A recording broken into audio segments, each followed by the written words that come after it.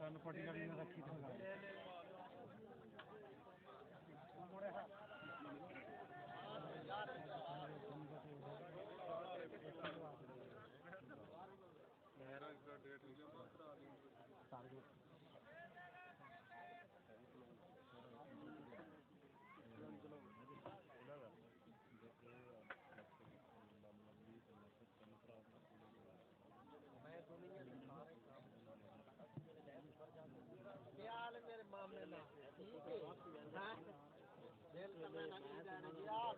ਸਾਡਾ ਕਿਤੇ ਚੱਲੂ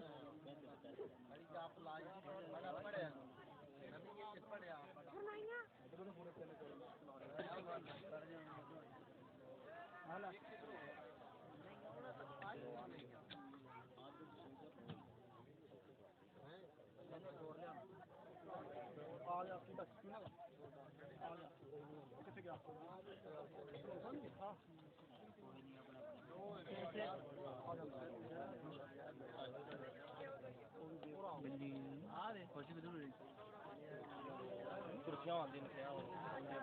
ਖਾਣਾ ਵੀ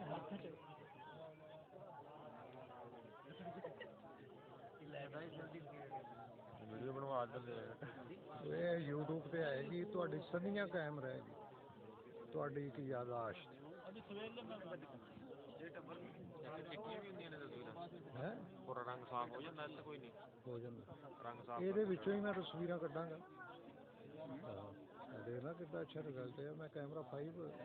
ਲੋਡ ਕੀਤਾ ਹੈ ਇਹ ਆਮ ਕੈਮਰਾ ਨਹੀਂ ਹੈ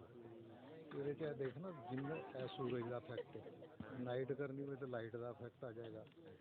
ਕਮਰੇ 'ਚ ਮਤਲਬ ਅਗਰ ਵੀਡੀਓ ਬਣਾਉਣੀ ਹੈ ਇੱਧਰ ਦੇਖੋ ਵੀ ਸ਼ਾਨ